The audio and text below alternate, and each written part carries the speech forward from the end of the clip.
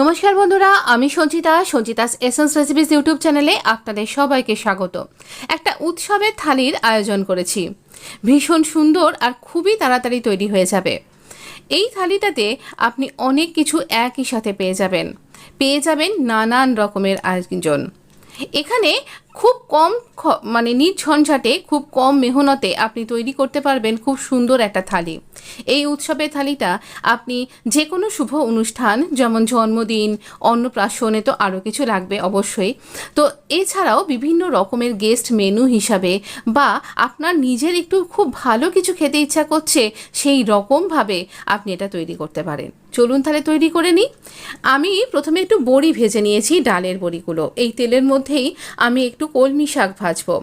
আমরা সবাই জানি এখানে কলমি শাকটা ভাজার জন্য আমরা এখানে দিচ্ছি এখানে কালো জিরে বা নাইজেলা সিডস দিলাম, আর একটুখানি আমি একটা ছোট শুকনো লঙ্কাকে এরকম আধ ভাঙা করে দিয়ে দিলাম। ফাটিয়ে অবশ্যই দেবেন। কলমি শাকের মধ্যে কিন্তু আমাদের পালং শাকের মতোই কিন্তু পুষ্টিগুণ থাকে, আর এটা খুব সহজলভ্য আর খুব কম দামেই পাওয়া যায় বলতে পারেন। খেতে তো খুবই ভালো লাগে। তো এই গরমের দিনে শরীরও ঠান্ডা রাখে বলেই জানি।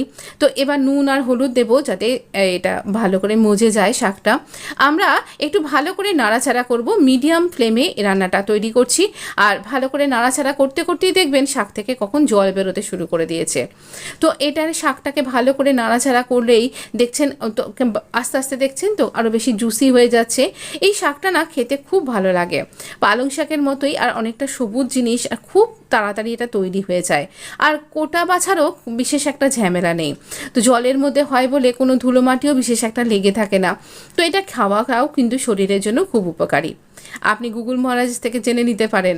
একটু মিষ্টি অবশ্যই দেবেন যদি আপনি আমার মতন মিষ্টি খেতে ভালোবাসেন।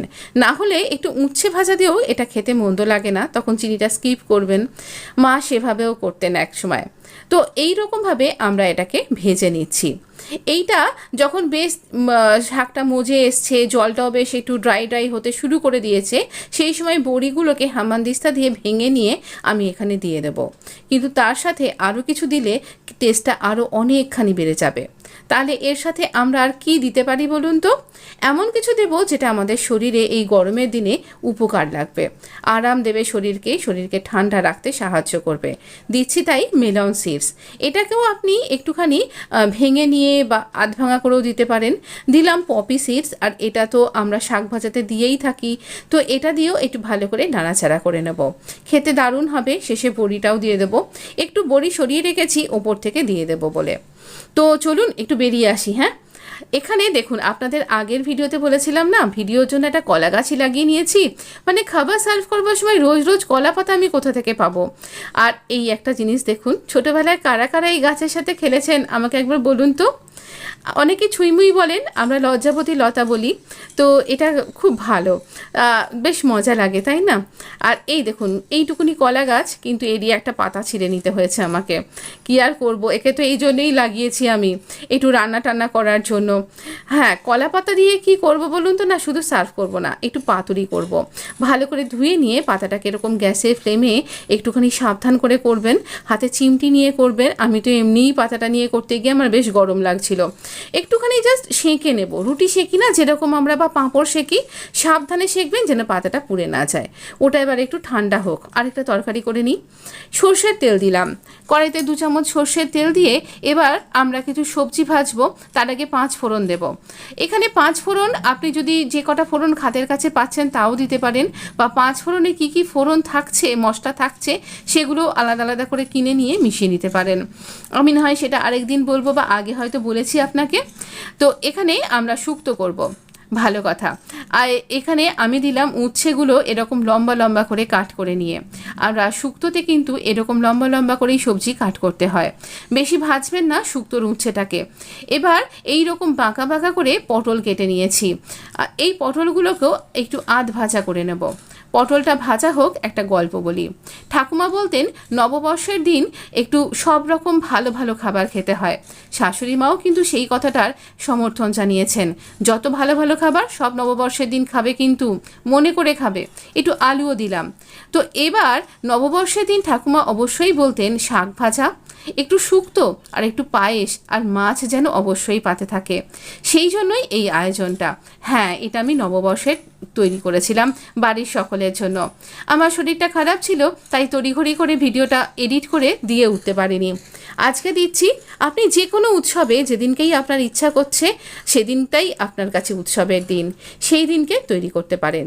হ্যাঁ, এই রকম সর্ষে পোস্ত নিয়েছি এই পরিমাণে, আমি তো লিখেও দিয়েছি। এবার এটাকে আমরা গুঁড়ো করে নেব, তারপর একটু জল দিয়ে একটা সুন্দর মসৃণ পেস্ট করব।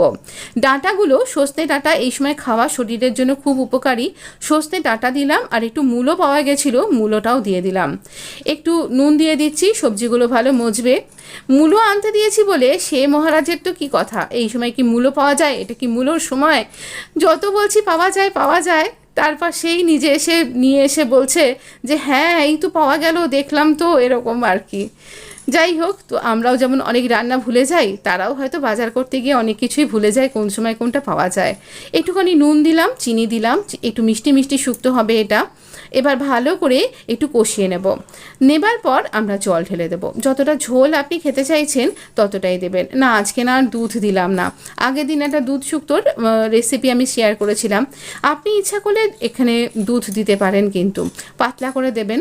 আর এখানে এবার এটা একটু মজতে থাকুক, এটা ভালো করে মজুক। আর সেই ফাঁকে আমরা আরেকটা রেসিপির দিকে চোখ বোলাবো। ভিডিও কেমন লাগছে আমাকে কমেন্ট বক্সে অবশ্যই লিখে জানাবেন। যদি ভালো লেগে থাকে তাহলে পরে একটা লাইক দিতে ভুলবেন না, আর প্রিয় বন্ধুকে শেয়ার করতেও ভুলবেন না। আরও একটা ব্যাপার, যদি চ্যানেলটা এখনও সাবস্ক্রাইব না করে রেখেছেন তাহলে প্লিজ সাবস্ক্রাইব করবেন। যেই ফুটে উঠেছে আমি বড়িগুলো দিয়ে দিলাম, তাহলে বড়িগুলোর মধ্যে ঝোলটা অ্যাবজর্ব করবে, খেতে ভালো লাগবে। এই সব মশলাগুলোর দিকে চোখ বোলান। এই মশলাগুলো এই রকম পরিমাণে এই রকম করে বেটে নেবার পর এরকম একটা মিশ্রণ তৈরি হয়েছে। আর এইখানে যে মাছটা ভাজছি আমি, নুন হলুদ মাখিয়ে রুই মাছ ভাজছি, আর ওইখানে কলা পাতাটা আমি ওই রকমভাবে একটুখানি নরম করে নিলাম, যাতে করে কলা পাতাকে আমি পাতুরি করবার সময়তে একটু ভেঙে না যায়। হ্যাঁ, রুই মাছের পাতুরি করছি। এর আগে রুই মাছের পাতুরি লাউ পাতায়, কুমড়ো পাতায় ইত্যাদি ইত্যাদি অনেক রকম পাতুরি আমি আপনাকে দেখিয়েছি। এবার কলা পাতাটাকে প্রথমে এই যে মুখের দিকে যে আঙট অংশটা থাকে, আঙট পাতা যে অংশটাকে বলে, সেইটাকে একটু আলাদা করে রাখছি। আর বাকি যে পাতাটা অংশটা রয়েছে সেটাকে আমার মতন করে আমি এখানে কাট করব। সেই ফাঁকে আমি এখানে মাছটাকেও একটু উল্টে পাল্টে দিচ্ছি। এবার পাতাটাকে একটু ছোট ছোট স্কোয়ার করে কাটলেই ভালো হতো, কিন্তু এটা তো পরিণত ঠিকঠাক গাছের ঠিকঠাক মতন পাতা নয়, একটা ছোট্ট চারা গাছ, কলা গাছের সবে গজিয়েছে তার থেকে নেওয়া, তাই ওই আর কি জোড়াতালি দিয়ে করা, কিন্তু পাতুরি অসাধারণ হয়েছিল। আপনি যদি ভালোভাবে কলা পাতা জোগাড় করতে পারছেন, যেমনটা আমার এর আগের মোচার পাতুরি বা ধরুন আমি এর আগে ইলিশ মাছের পাতুরিও দেখিয়েছি খুব সুন্দরভাবে, সেই রকম দোকান থেকে কিনে আনা কলা পাতাগুলোতে বা একদম বড় কলা গাছের কলা পাতা যদি জোগাড় করতে পারছেন, তাতে করতে পারলে আরও ভালো হবে। ওখানে মাছটা ভাজা হচ্ছে, ভাজা দুপিঠ হয়ে গেছে, একটু মশলা দিলাম, মাছটাকে দিয়ে দিলাম, আবার মশলা আরেকটুখানি দিলাম, এই অংশটা ক্যামেরা থেকে সরে গেছে। তো এটার জন্য আপনি একটা কাজ করতে পারেন, ইলিশ মাছের পাতুরি যে রেসিপিটা আছে আমি আই বাটনে দিয়ে দেবো, সেটা একবার দেখে নিতে পারেন। না হলে আপনি আমার ফিশ প্লেলিস্ট এটা দেখতে পারেন, বা মোচার পাতুরি যেভাবে করেছিলাম সেটা দেখে নিতে পারেন, একই রকম প্রসেস। বা আমি পনির পাতুরি করেছিলাম, চিকেনের পাতুরি করেছিলাম, সব কিছু পাতুরি রেসিপি আজকে আই বাটনে আপনি পেয়ে যাবেন, যদি আমি সেখান থেকে উদ্ধার করতে পারি। তো এই রকমভাবে দেখুন, আমি এই যে মশলাটা দিলাম, তারপর এই গরম তাওয়া থেকেই মাছটা এখানে দিয়ে দিলাম, আবার এই গরমটাকেই আমি মাখছি। আপনি এরকম করবেন না, আপনি এই গরমটাকে নিয়ে কাজ করবেন না, আপনি অবশ্যই মাছটাকে আগে ভেজে ঠান্ডা করে নিয়ে করবেন। আমার কাছে এত সময় কোথায়, সেই জন্য এইরকম করে করা। তো যাই হোক, আপনি অবশ্যই ঠান্ডা করে নিয়ে করবেন, আপনার হাতে যেন না লাগে।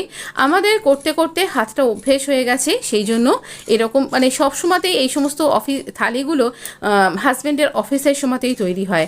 আজকে ছুটির দিন পড়ে গেছিলো, তাই জন্য এরকমভাবে তাতেও তাড়াহুড়ো লেগে রয়েছে। তো সেই আর কি, এদিকে একটা কাজ করছি, ওদিকে একটা কাজ করছি, তারই মধ্যে আমি ভাবছি কতক্ষণে আপনাদের সেই নবরত্নের রেসিপির থালিটা শেয়ার করব। সেটা কি দেখেছেন? যদি না দেখে থাকেন একবার দেখে নিন, খুব সহজে সহজে কি করে নবরত্ন পোলাও আর নবরত্ন কোরমা করবেন তার দুটো রেসিপি কিন্তু আমি আমার চ্যানেলে আপলোড করে দিয়েছি। যদি না দেখে থাকেন একবার দেখে নিন প্লিজ। তো এই রকমভাবে এপিট ওপিট করে আমরা নর্মালভাবে ভেজে নেব।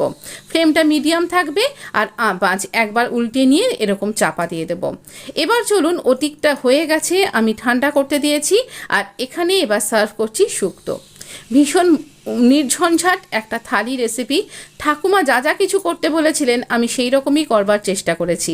তবে একটা বড় সড়ো রেসিপি আপনি এখানে দেখতে পাবেন না, কারণ সেটা তৈরি করতে গেলে অনেকটা সময় লেগে যেত আপনাকে দেখতে।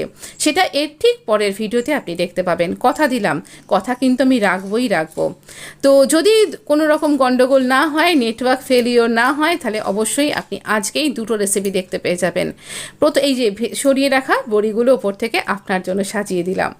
আর একটুখানি কলাপাতা রেখেছি আর এর ওপরে ভাতটা পরিবেশন করব। এখানে এই রকমভাবে আমি শুক্তোটা দিলাম। আর এবার এই দেখুন গরম তাওয়া থেকে আসছে আমাদের পাতুরি। কি দারুণ লাগছে না? আমাকে যদি কেউ এরকম বেড়ে বেড়ে দেয় না, আমার খুব ভালো লাগবে কিন্তু খেতে। যাই হোক, এরকমভাবে এটা তো দিলাম। এরপর সেই রেসিপিটা যেটা আপনি এই ভিডিওতে দেখতে পাচ্ছেন না, পরের ভিডিওতে দেখতে পাবেন। না, ভাত রান্না আপনাকে আর কি দেখাবো, আপনি আমার থেকে অনেক ভালো ভাত রান্না করতে পারেন। আমাদের বাড়িতে ভাত হয় দুধের সর চালের। এটা একটা খোঁজ পাওয়া গেছে, এই চালটা যখন ফোটে না, যখন ভাতটা হয়ে আসে মনে হয় যেন দুধ উতলে পড়ছে, এই রকম একটা সুবাস আসে, ভীষণ ভালো লাগে। এই যে আমি তৈরি করেছিলাম পায়েস, ঠাকুমা তো একটু পায়েস করতে বলেছিলেন, আমি একটু রসগোল্লার পায়েস করেছি। হ্যাঁ, রসগোল্লার পায়েসটা করেছি কেন বলুন তো? কিছুটা আপনাদের জন্য, আপনারা আমার চ্যানেলের রসগোল্লার ভিডিও দেখতে খুব ভালোবাসেন। আরও একটা ব্যাপার, বাড়িতে যে ভদ্রলোক আছেন তিনি কিন্তু রসগোল্লা খেতে ভীষণ ভালোবাসেন, সেই জন্য একটু বেশি করে রসগোল্লা, তার জন্য এক্সট্রা। কি ছোট্ট ছোট রসগোল্লাগুলো না ভীষণ সুন্দর, আর তৈরি করা খুব সহজ, বেশি দুধও লাগে না। পরের ভিডিওটা ওয়াচ করতে ভুলবেন না। এই ভিডিওটা যদি ভালো লেগে থাকে, এই থালি রেসিপিটা যদি আপনার এতটুকুনি ভালো লেগেছে, এত দূর অবধি দেখেছেন, প্লিজ একটু লাইক করুন, প্লিজ একটু শেয়ার করুন, আর অবশ্যই চ্যানেলটা সাবস্ক্রাইব করতে কিন্তু ভুলবেন না। আর ভালো থাকবেন, সুস্থ থাকবেন। সেই সাথে কামনা করব পৃথিবীর যেখানে আছেন সবাই যেন এই রকম থালা ভরা খাবার পান। পৃথিবীর অনেকেই থালা ভরা খাবার পান না, ভীষণ অনেক রকমের কষ্ট নিয়ে তবুও দৈনন্দিন জীবন যাপন করতেই হয়। জীবন থেমে থাকে না, আর জীবন যখন চলে তখন সেই সাথে আরও ক্ষুণ্ণিবৃত্তির জন্য আরও অনেক রকম জীবিকা চলে। কিন্তু আমি কামনা করব ঈশ্বরের কাছে পৃথিবীর, আমার দেশের, আমার বিদেশেরও সবাই যেন এরকম থালা ভরা পেট ভরা খাবার পায়। এই খাবার যেন বছরভর সবাই খেতে পায়, সেই শুভকামনা রইল। আপনারাও আমার সাথে এই কামনা জানাবেন। সরি বন্ধু, একটু গলাটা ভারী হয়ে গেছে। ভালো থাকবেন, সুস্থ থাকবেন। আবারও অনুরোধ করব চ্যানেলটা প্লিজ সাবস্ক্রাইব করে নোটিফিকেশান অন করতে ভুলবেন না। আর অনেক অনেক ভালো থাকবেন। পাতুরিটা দারুণ হয়েছিল, যদিও আমি ভালো করে দেখাতে পারিনি, ক্যামেরাটার ফোকাসটা নড়ে গেছিলো। কিন্তু আপনি ভালো থাকবেন, আর অবশ্যই দেখতে ভুলবেন না রসগোল্লার পায়েসের রেসিপিটা। ধন্যবাদ।